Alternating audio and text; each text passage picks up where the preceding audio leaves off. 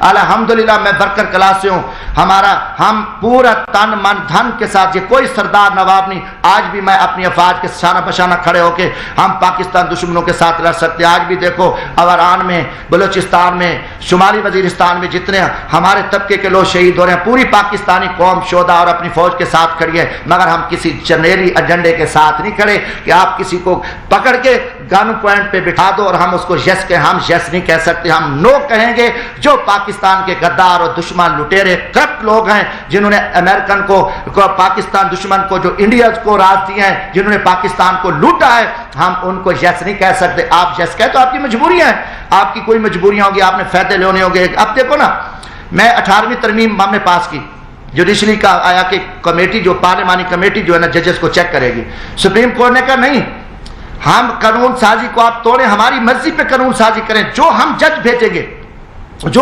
بھیجیں گے آپ ان کو ایکسیپٹ کرو گے۔ جو پارلیمانی کمیٹی ہوگی وہ ایک ڈاک کا کردار ادا کرے گی۔ پیپلز پارٹی میں ہم سارے چپ ہو گئے، عدلیہ سے کون لڑے؟ ہم نے ان کی پسند، افتخار چودھری صاحب تھے، پسند پہ فیصلہ کیا کہ جو اب ہائی کورٹ کے ججز، وہ کوئی کسی کا سپریم کورٹ میں چیف بیٹھا ہے، کوئی سپریم کورٹ کا جج ہے، کسی کا وہ داماد ہے، کسی کا بھائی بڑا بھتیجا ہے، کسی کا وہ بیٹا ہے، کسی کا چیمبر کا منشی مینیجر ہے، یہ سارے لوگ جو ہے نا اس جوڈیشری آپ مرضی کریے، پارلیمنٹ کو انہوں نے بائی پاس کر۔ پارلیمنٹیرین کرپٹ لوگ ہیں، چور لوگ ہیں، ان میں دم خم ہوتا تو یہ کھڑے ہوتے۔ یہ انہوں نے اب یہ ہے کہ اگر آپ نے کسی جنرل کو لگانا بھی ہے تو آپ کہہ لیں، آپ کہہ دیں کہ ٹھیک ہے جی آرمی چیف صاحب لگا ہوا ہے، جو جتنی مرضی چاہے ایکسٹینشن لیتا رہے، جتنی عرصہ وہ اس کا دل چاہے، جب اس کا جی بھر جائے عہدے سے، وہ پھر اپنے کسی شاگرد کو، وہ کسی اپنے رشتہ دار کو، وہ اس کو آرمی چیف لگا کے چلا جائے پارلیمنٹ، اس کو کچھ نہ پوچھے، کوئی کسی سے نہ پوچھے، یہ پھر سلسلہ کر دیں۔ یہ چیزیں جب اس نے اس کو لگانا ہے، وزیر اعظم کے اختیارات آپ نے استعمال کرنے ہیں، آپ کو کنہوں نے اجازت دی ہے کہ آپ کی پسند ناپسند پہ یہ چیزیں؟ میں جمہوریت کی اگر بات کرتے ہو نا،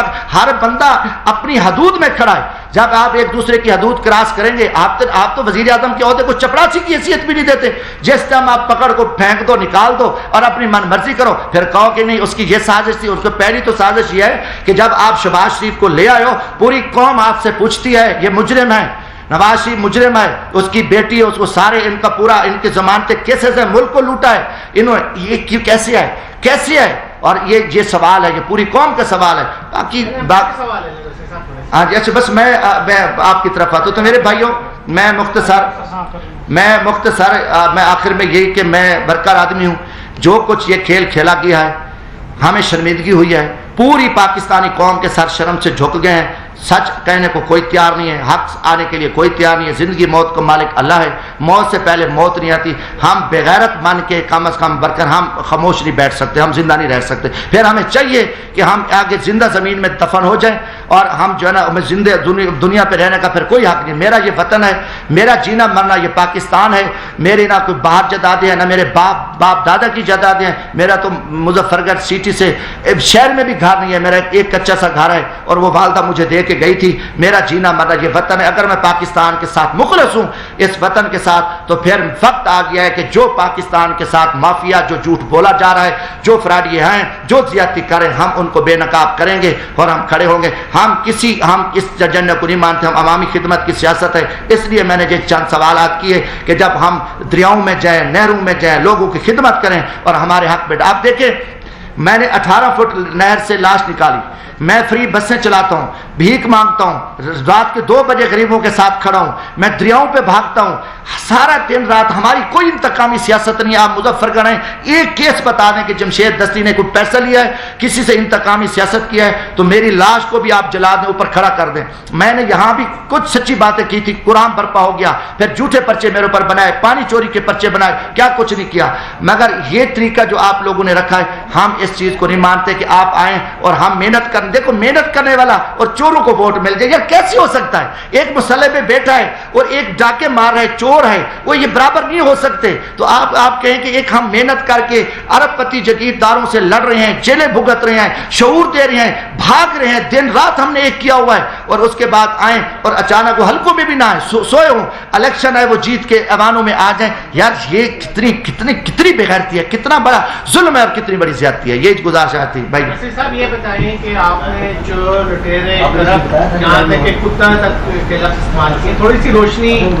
فرح خان صاحبہ کے بارے میں بھی ڈالیں، تھوڑی سی روشنی شہزاد اکبر کے بارے میں ڈالیں، تھوڑی سی روشنی حفیظ شیخ کے بارے میں ڈالیں جو عمران خان کی کابینہ میں شامل رہے ہیں، امریکہ بھاگ گئے ہیں، ان کے بارے میں بھی تھوڑی روشنی۔ دوسرا سوال یہ لے لیں، جو اس وقت ایوان صدر میں صدر پاکستان بیٹھا، کیا وہ بھی امریکی کتا ہے؟ کیا آپ اس وقت پاکستان کی ریاستی جو ادارہ ہے پاک فوج کے خلاف پاکستانی کی جو قوم ہے ان کو بغاوت پر اکساری ہے؟ گزارش ہے، میں نے اس کی پہلے میرے بھائی وضاحت کر دی ہے، ہم نے کافی ساری چیزیں جو ہے نا ماضی کی میں نے آپ کو بتائی ہیں، میں نے زرداری صاحب کا حوالہ دیا ہے، جب امریکہ کے سفیر کی میں نے بات کی، اسامہ بن لادن کا ایشو بنا، آپ دیکھیں کہ اوباما نے اپنی کتاب میں کیا لکھا، انہوں نے کہا مجھے ڈر تھا، خوف تھا، مگر خوف کے بجائے انہوں نے کہا جی آپ نے تو اچھا کام کیا۔ میں یہ کسی کی نہ وکالت کرنے آیا ہوں، نہ میں کسی کا وکیل ہوں، جو جرم کرتا ہے، جس نے پاکستان کو لوٹا ہے، کھایا ہے، آپ ان کو سزائیں کیوں نہیں دیتے ہیں؟ اگر شہزاد اکبر ہو، کوئی الف ہو، جیم ہو، میں کسی کا وکیل نہیں ہوں، میں کوئی فرح خان کی آپ بات کی کسی کی کر رہا ہوں، میں اپنی بات، آپ کو پتہ ہے پہلا بندہ تھا جو نے 2017 میں کرپشن پہ سزائے موت کا بل میں نے دیا تھا، میں سائیکل پہ چل کے آیا تھا مظفر گڑھ سے، یہاں 1100 کلومیٹر ہم سفر کر کے آئے تھے، پشاور تک گئے پھر واپس آئے، میں نے کہا کہ قومی اسمبلی سے ہم شروع کریں،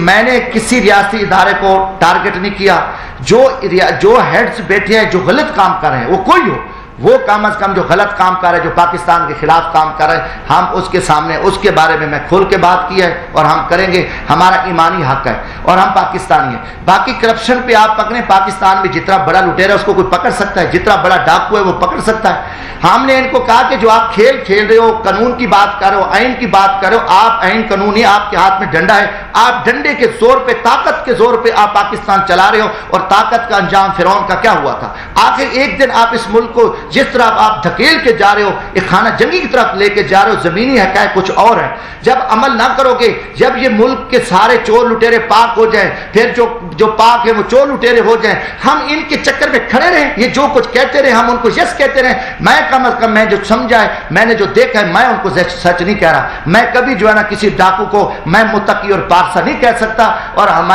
میرا پارٹی کا موقف تھا، پاکستان عوامی راج پارٹی ہے، الحمدللہ الیکشن کمیشن میں رجسٹر ہے، یہ پاکستان میں نے اپنا موقف دیا ہے۔ باقی میرا مطالبہ ہے کہ فری الیکشن ہو اور الیکشن کمیشن شفافیت ہو، الیکشن کمیشن پہ انگلی اٹھی ہے، کم از کم الیکشن کمیشن استعفیٰ دے دے، صحیح الیکشن ہوں گے تو آج پاکستان کو ضرورت ہے، اگر صحیح الیکشن نہ ہوئے تو دیکھنا پھر آپ کہتے ہیں اکسانے والی بات ہے، جب آپ صحیح الیکشن نہ کرو گے، حقدار پہ حق پہ ڈاکہ ڈالو گے، چوروں کو مسلط کرو گے، تو ہم ان کے مکروہ چہرے بے نقاب کریں گے، جو ان کی سرپرستی کرنے والا ہوگا ہم ان کے بھی مکروہ چہرے قوم کے سامنے بے نقاب کریں گے۔ پہلا سوال یہ ہے کہ مشرف جب تھا تو ایک کال پہ 9/11 پہ انہوں نے یس کر دیا،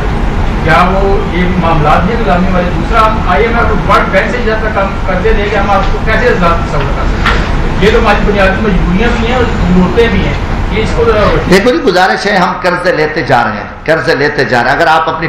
پچھلی ہسٹری دیکھیں ہم نے کتنے قرضے لیے ہیں اور ہمیں اس سے فائدہ کیا ہوا ہے؟ چلو دنیا پہ قرضہ اٹھتا ہے، میں قرضہ لیتا ہوں، آپ قرضہ لیتے ہیں بینک سے، ہم نہ کوئی فائدہ لیتے ہیں، میں نے کاشتکاری کا لی، میں نے جانور رکھے، میرا کوئی کاروبار ہے، میرا کاروبار بہتر ہو گیا ہے، میں نے ان کو قرضے واپس بھی کر دیے، میرا کاروبار بھی بہتر ہو گیا۔ اب دیکھیں کہ ہم آئی ایم ایف سے قرضے لیتے لیتے ہماری نسلیں دب گئی ہیں، ہمارا ملک دب گیا ہے، یا تو ہمیں اس سے فائدہ، یہ آئی ایم ایف سے قرضہ لے کے کھا گئے ہیں، یہ پیسہ واپس لے کے گئے ہیں، ان کے خربوں اربوں ڈالر باہر پڑے ہیں، یہ قومی مجرم ہیں، اب آئی ایم ایف کا قرض، اب یہ تو دیکھو نا گمراہ کیا ہوا ہے، ہم آئی ایم ایف کے پاس جائیں تو کھائیں گے کہاں سے؟ ہم مر جائیں گے، مر گئے ہیں، کتنے عرصے سے ہم قرضے لے کے پچھلے آپ 30 سال 40 سال سے لے کے ہم آئی ایم ایف پہ کوئی ایک بہتری ہے؟ یہ آئی ایم ایف سے انہوں نے رکھا ہوا ہے، امریکن کا پلان ہے، یہودیوں کا پلان ہے کہ آپ ان کو پھنسا دو، ایسا پھنسا دو کہ ان کو سب کچھ پھر ہمارے حوالے کرنا پڑے گا، وہ اسی پہ چل رہے ہیں۔ باقی کوئی جتنی حکومتیں ہیں، وہ کہتا ہے وہ چور تھا، وہ کہتا ہے وہ کتا تھا، وہ ڈاکو تھا، وہ لٹیرا تھا، پھر وہ آیا، مگر آپ دیکھیں کہ کتنی تباہی ہو چکی ہے، قوم کو کیوں ہم نے اندھیرے میں رکھا ہوا ہے؟ آئی ایم ایف سے کوئی فائدہ پاکستان کو ہوا ہے؟ ایک بتا دیں کسی فائدہ، ہم تو دب گئے ہیں، آج تقریباً 7 لاکھ 8 لاکھ روپے کا پاکستان کا جو بچہ پیدا ہو رہا ہے وہ مقروض پیدا ہو رہا ہے، یہ سلسلہ کب سے چلا؟ اس سے ہمیں کوئی امید نہیں ہے، جب نکلے ہم بیٹھیں، ہم اپنے بارے میں سوچیں، یہ چیزیں غلط ہیں، نہیں امریکہ کے پاس نہیں جائیں گے تو مر جائیں، بھوکے مریں، گھاس کھائیں، مگر ہمیں افغان قوم نے نہیں کھایا گھاس، نہیں کھا رہے، بیٹھے، اللہ تعالیٰ ان کی 4 ساڑھے 4 کروڑ آبادی ہے، اگر کوئی نہیں، اللہ اس کی مدد کرے، جب تم اللہ پہ تو بھروسہ کرو یار، تم ایک دن آپ نے امریکہ کو نعوذ باللہ کیا سمجھ لیا ہے، اور امریکہ تمہارا کھلا دشمن ہے، اور اس پہ ہم پیچھے کھڑے ہیں۔